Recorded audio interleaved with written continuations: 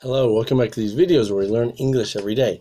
Of course, on these Wincy videos, I teach you something, or for example, in today's video, initials, which I've explained about TOEIC, TOEFL, AICN. I've also started talking about places I worked before. For example, last time was Nova. This time will be GEOS. I usually don't talk about my work experience that much, but I talk about it in these videos. So, of course, GEOS, if you've ever lived in Japan or want to go to Japan, nowadays they're kind of with Amity. But GEOS Kodomo. So I'll explain about my history with them in a minute. So first, don't forget to smash that like button below and give us a subscription. Don't forget, and of course, share these with your friends and family, and hopefully comment how we're doing, and of course, any questions you might have. So of course, GEOS, you can see on the back here, that's their famous symbol, GEOS, and there's GEOS after Nova. I mentioned last time I finished Nova after 2 years. This company I stayed with actually for 4 years, actually.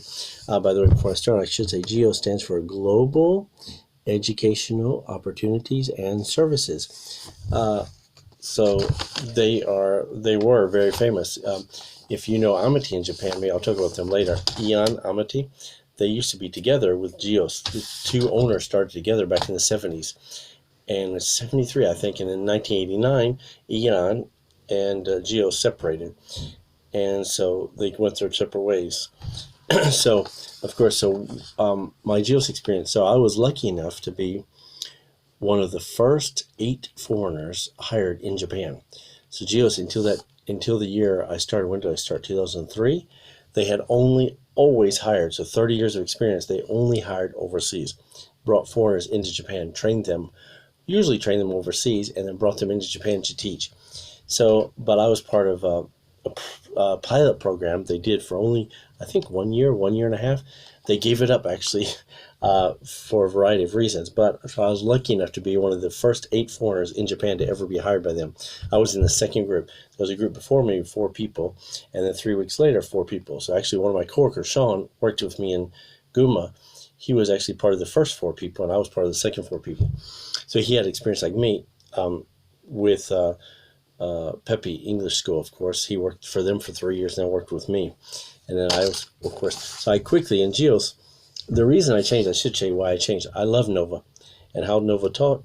And like I said, I think in that video, that if I am a good teacher at all, it came from Nova. If I know how to do paperwork at all, it came from GEOS. The fact that I own my own English school now is because of GEOS.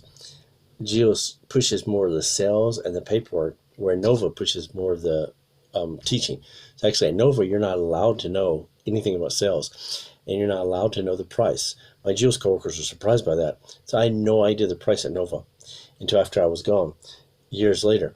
But at GEOS, they teach you that almost from day one, because every 2-3 months they have some kind of sales season. Sell these books, sell these programs, sell these homestays, sell these camps.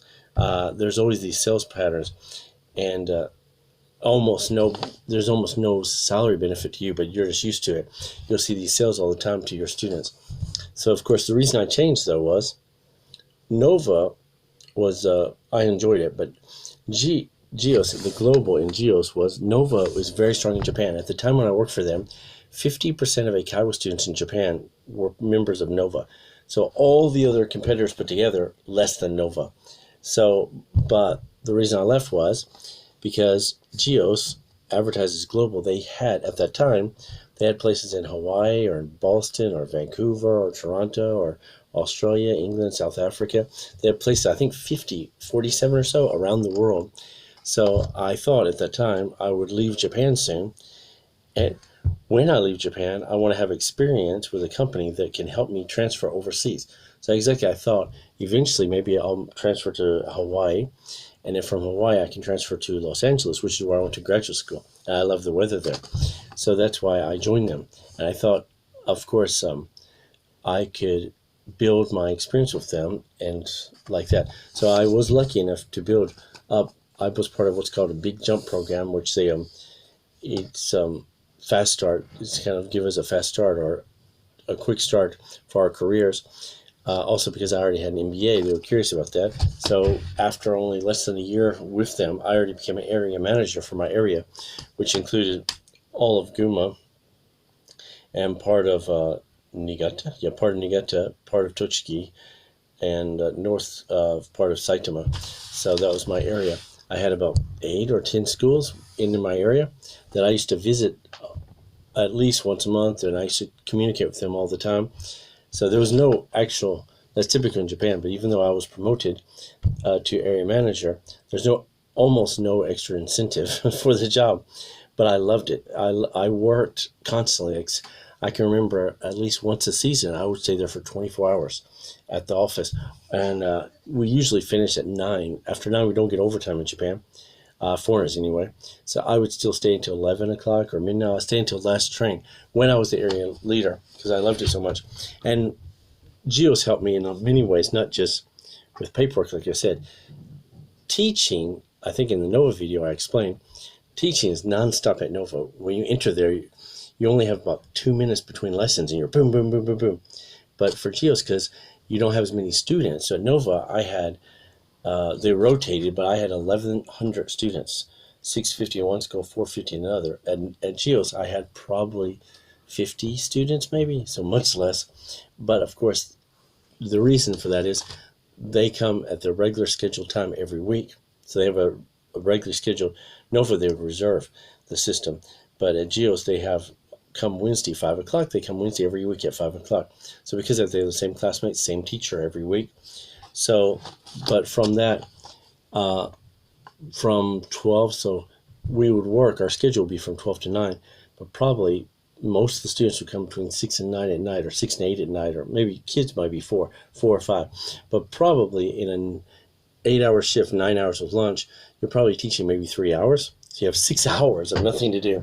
So when I first joined GEOS, I was going crazy, like, oh my God, this is the first job where I'm just sitting around doing nothing. But I quickly learned, I started volunteering for stuff, and they always have stuff. And I got to write at least 4 books for them, with them. So I didn't write the whole books, but a writing book I wrote or a listening book I wrote. So I got to help out with that department. I got to help with the homestay department. I got to go to Australia for a week and visit the schools in Cairns, Australia, and Sydney, Australia, and things like that. So I loved that experience. So the homestay, camps I worked with, business lessons, making books, area leader. So I got to do a large range of things. So now if you're watching this channel all the time, you know I'm a professor at 3 different colleges. A large part of me later becoming a professor was the experience I got at GEOS, because at NOVA I was just teaching, which does not symbolize what a professor does. Closer, what a professor does is, of course, what I did at GEOS, where sometimes I'll write, or sometimes I'll make something, or sometimes I'll make a lesson, or sometimes I'll train other people, or sometimes I'll go on a homestay with people. And so I had all that variety, which helped out my resume later. That's what helped me later become a college professor. But again, that was GEOS. If you are not familiar, if you're in Japan, Amity is owned by AEON, which AEON and GEOS used to be partners. Of course, now AEON and Amity are both owned by KDDI, which is a phone company in Japan. But I might talk about that later when I talk about AEON. Okay, thanks again for watching these videos, and see you.